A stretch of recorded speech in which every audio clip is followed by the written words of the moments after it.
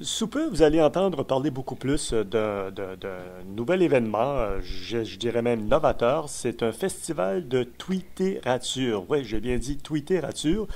Personnellement, j'entends ce mot-là pour la première fois, mais on va voir d'où ça vient. J'ai une des membres du comité organisateur qui s'appelle Nathalie Couzon. Bon, Nathalie, pardon, vous me parlez de la capitale québécoise?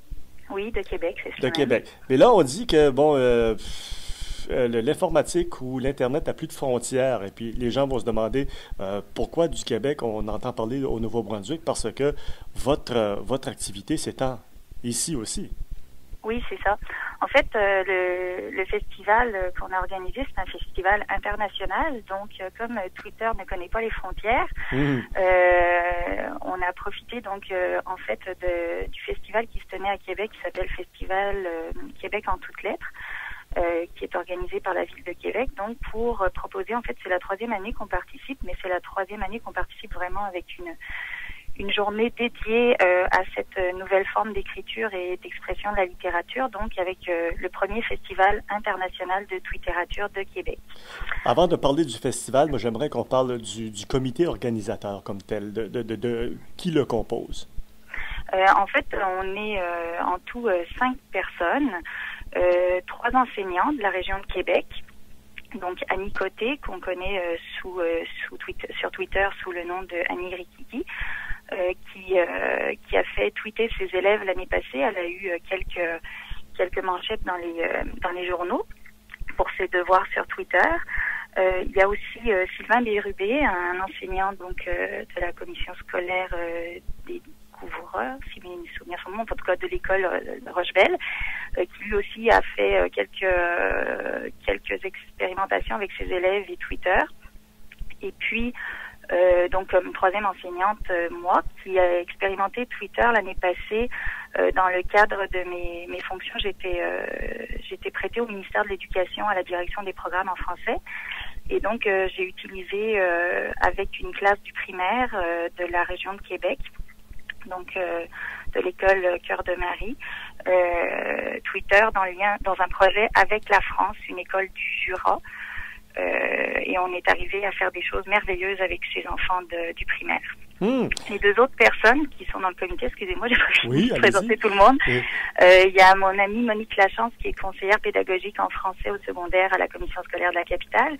Et enfin, Jean-Yves Fréchette, sans qui rien ne serait, qui est le président de l'Institut de littérature comparée pour la section de Québec. Voilà. Qui est aussi le père de Biz, de Loco Locas. Oui, oui, oui, oui, oui. Ben, c'est Oui, toute une équipe pour mener ce festival. oui. Qu'est-ce qui se passe à l'intérieur d'un festival de tweetérature? Alors, le festival, il est partagé en plusieurs parties, en fait. Il y a eu 3 volets qui ont été en fait mis à la programmation du festival. Il y a un volet qui s'est tenu la semaine passée, du 1er au 8 octobre. Donc ça, c'était le volet ouvert aux élèves de Mhm. partout dans le monde. On les a invités à participer à un concours où on leur demandait de présenter leur vision du futur en 140 caractères. Donc le concours était ouvert aux jeunes du préscolaire jusqu'au collégial, et on a plus de 1300 élèves qui, à travers dans 5 pays, dont plus de 900 au Canada, ont participé au festival, au concours du festival. Puis les 2 autres volets, c'est des volets, je dirais, de plus de formation, de découverte, en tout cas de formation continue. Un demain qui se tient demain matin, donc à la bibliothèque Gabriel Roy, des tables rondes, donc 2 tables rondes, une table ronde sur la didactique finalement de la littérature, ou de Twitter au service de la littérature, et puis de façon générale. Et puis ensuite une autre table ronde avec des enseignants qui vont parler davantage d'un volet pédagogique de leurs expériences menées en classe avec leurs élèves. Et puis l'après-midi, des ateliers de maîtres où on convie des enseignants, des conseillers pédagogiques, avec tous les gens qui s'intéressent à la littérature, de venir expérimenter ça en direct avec nous. Voilà. En quoi se différencie un festival de tweetérature et un festival de littérature? Ben, en fait, je dirais, c'est que ici, c'est la littérature ramenée en 140 caractères, donc dans l'espace restreint de Twitter. Et de voir que malgré cet espace restreint, ces micro-textes, ces micro-fictions, ces nano-poésies qu'on peut écrire, ben il y a une infinie possibilité de création. Donc le lien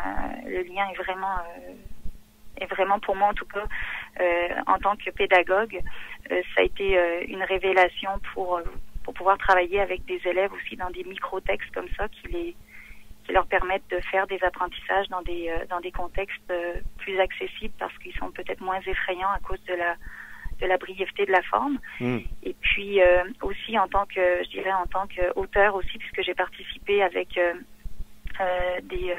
sous l'initiative d'une autre de mes complices et amies qui s'appelle Madame Monique Lepailleur, connue sur Twitter sous le nom d'Oriz, et qui a parti plusieurs défis oulipiens sur Twitter depuis l'année passée, dont notamment la réécriture ou en tout cas une revisite de la disparition de Pérec, le roman sans E, mais via Twitter.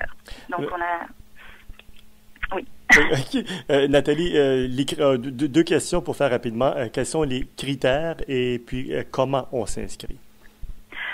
Les critères pour le concours oui. Pour les élèves. Oui. Ok. Alors les critères pour les concours pour les élèves, c'était que pour les élèves du préscolaire et du primaire, on leur demandait simplement d'écrire leur vision du futur en 140 caractères, en insérant la balise, donc le mot-clic du concours.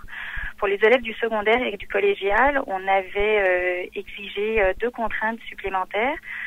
D'une part que le tweet soit en 140 caractères exactement et qu'il contienne une figure de style.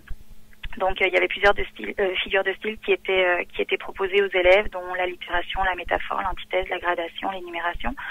Et donc il fallait, pour que les élèves se méritent une mention, je dirais, qu'ils respectent ces contraintes-là supplémentaires.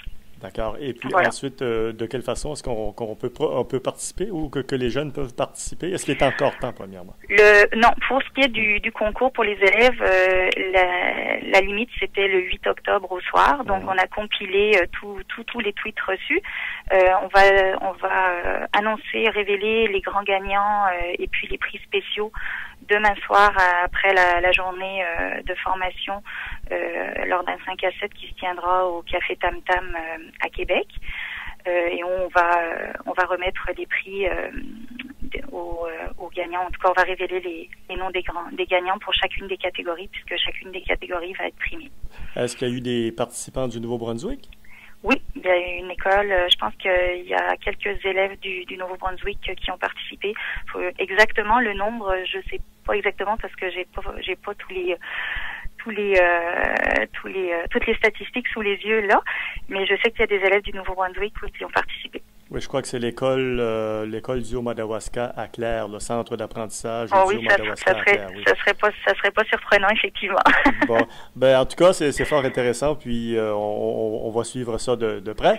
C'était Nathalie Couzon, membre du comité organisateur de ce festival très original, le festival de Tweetérature. Ben, merci beaucoup, Nathalie.